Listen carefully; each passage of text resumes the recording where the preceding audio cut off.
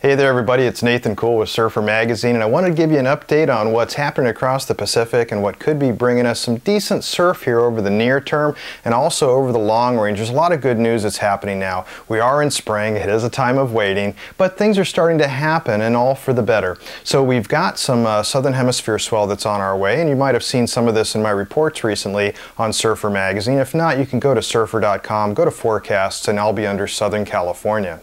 Anyways, we do have some headed our way from the southern hemisphere, but it's not going to be epic, but we still have swell headed our way, and it's also a sign that things are starting to improve in the southern hemisphere, and I'll show you why. Not just because of the swell, but also some of the elements that are surrounding that and why that's headed our way.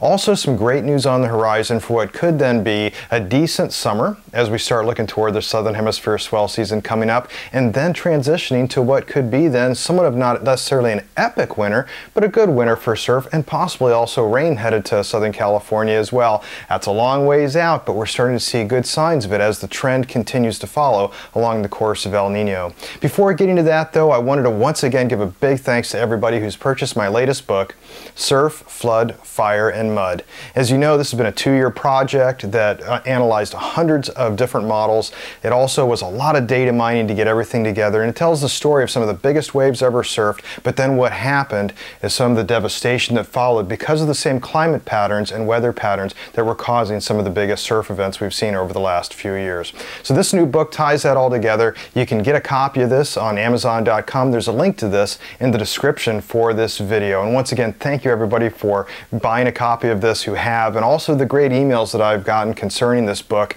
and also for the shout out to everybody who is supporting me in this endeavor. It does help support me as a forecaster and a writer, and I sure do appreciate it.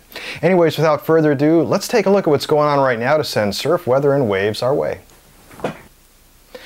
First, we'll take a look at what counts the most. What are the waves coming our way? Now that rain has ended in Southern California, we are taking a look now at getting into that drier season. And of course, Southern Hemisphere, though, is lighting up and as it's approaching its winter. We can start seeing some activity. This is from models here about 36 hours ago, just to show you the first burst of swell. This is something that's south of Pitcairn, which is up and around this area here. And it was skirting around Antarctica. You can see there was something that followed it beforehand. Now, this has been staying to the south, as you've probably seen in some of my earlier videos and also some of my earlier reports on surfer.com.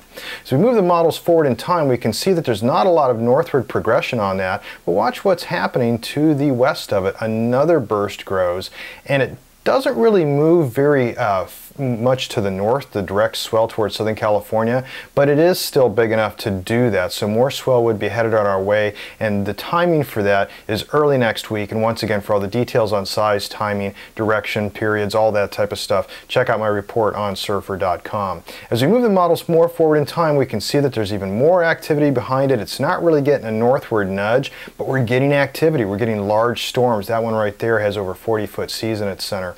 So those are very strong swells that will send some, not a lot of energy towards Southern California, but this is all good news. When we take a look at what's happening synoptically, this is a look at kind of, you can think of it, red as low pressure and the blue is high pressure. And it also simulates what's happening with the jet stream by these real tight lines right there.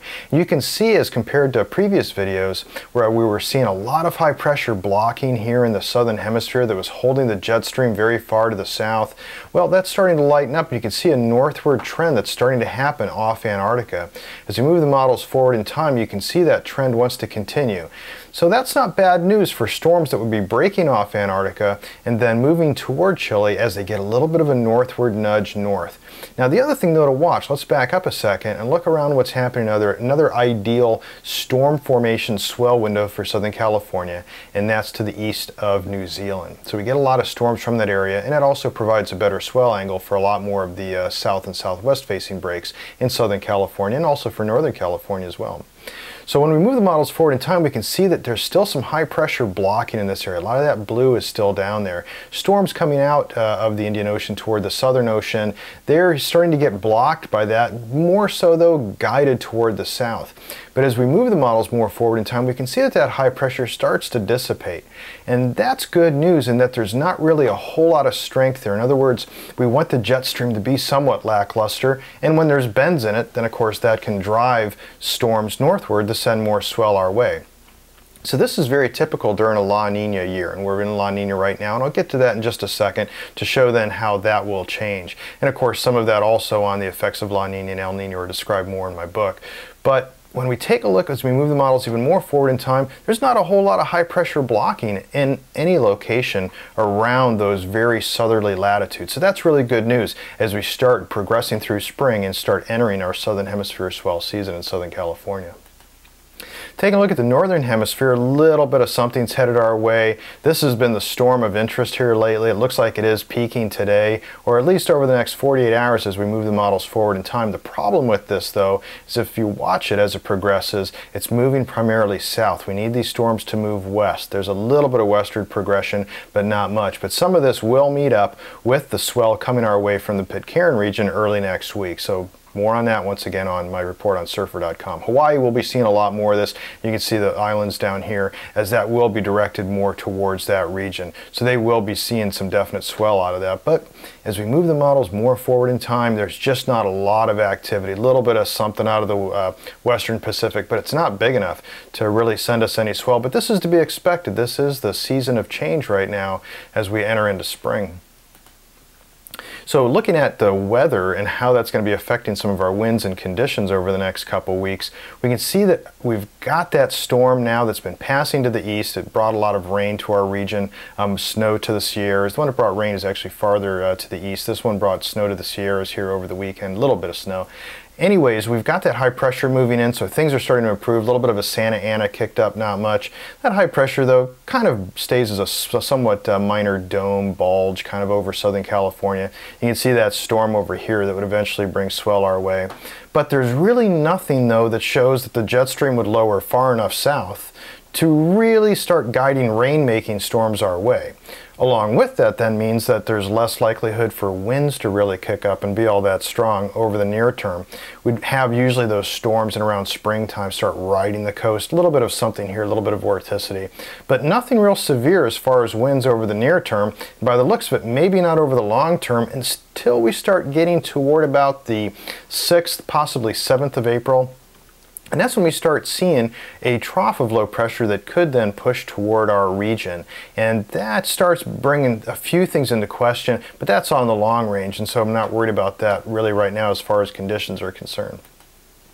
But right now, we're still dealing with some winds around the California coast. We can take a look here. This is a wind model from FN Mach, and you can see that a lot of wind really centered off of San Francisco and Northern California. And a little bit of that's making it down into Southern California as well, but as we move the models forward in time, that dissipates.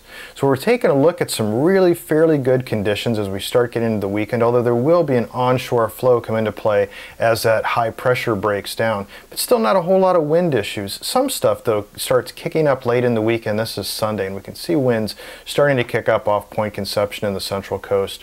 So that's a bit of a concern, but it's still nothing too major, especially once the week starts progressing. So not a whole lot of wind swell, but still there would be some wind swell headed our way, but nothing like what we've seen lately because of those especially strong winds.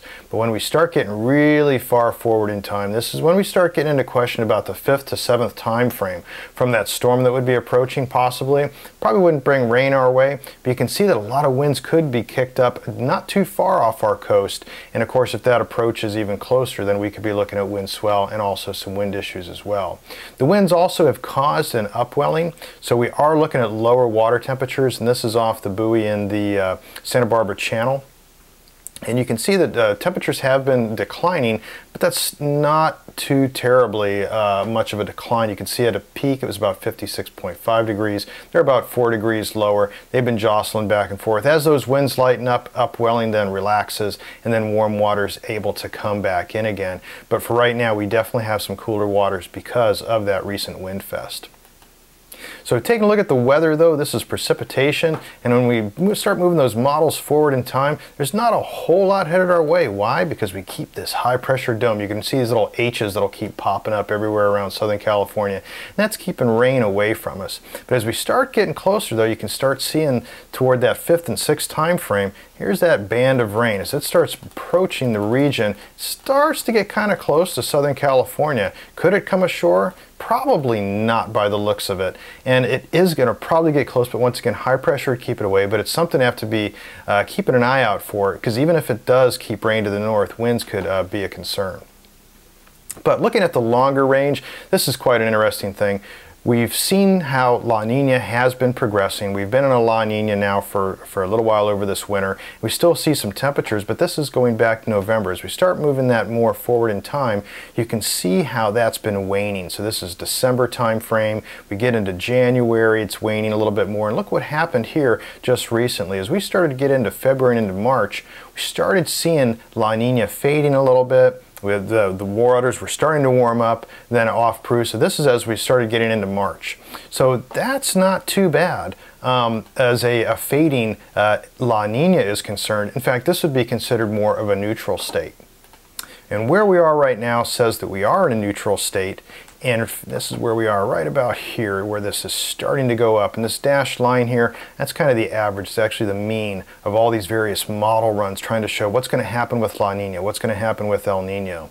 And we can see that possibly by the end of the year, we could break into a very weak El Nino. It's not going to look epic by any means, but with one thing for sure, we're staying definitely higher than the low La Nina readings that we saw during this last winter. So that means a couple of things. One is that we've got then a La Nina pattern which is conducive for southern hemisphere swells over the summertime, and then we've got a kind of a trend into El Nino, which could then mean better surf when it comes toward our next winter.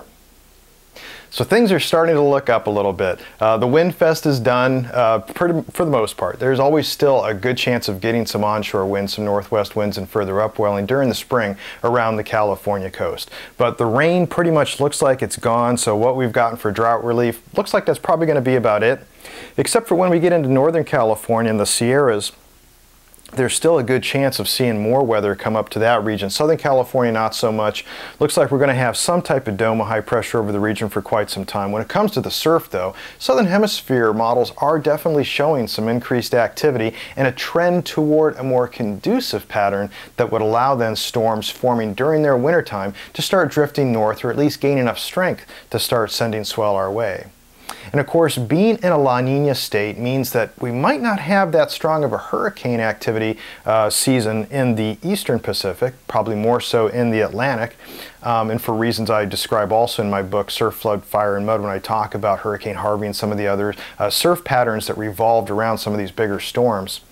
But the La Nina also means that even though we might see a lower amount of hurricanes for the eastern Pacific, we're probably going to have a very active southern hemisphere season. It relaxes the jet stream around Antarctica so that when those storms form, they can start drifting north and send swell our way. And we're starting to see signs of that even now. We're not quite even into April yet. So very good signs as we start moving forward. So the summer is starting to look really good for potential southern hemisphere swells. Maybe not so much for hurricane swells in Southern California, but definitely southern hemisphere. And then as we start moving toward winter, there's more signs that we at least wouldn't be going into a La Nina state. Good news for weather, good news for rain for Southern California potentially, and also good news for surf. It doesn't really take an El Nino to create some of the wettest conditions. It doesn't take an El Nino to create some of the biggest surf conditions either.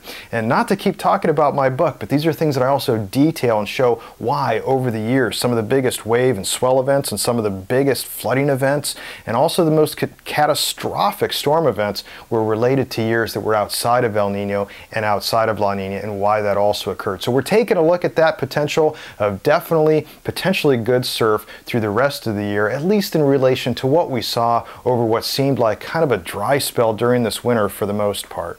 So that's how things are looking forward. If you do like my reports on Surfer, you can follow them. If you're curious about them, just go to surfer.com, go under forecasts, and I'm under Southern California. If you did like this video and you want to see more of them, you can subscribe to this YouTube channel. It won't cost you anything, and as soon as one of these videos is posted, you'll be the first to know. Thanks a lot for watching. Until next time, take care, be safe, and smile in the lineup.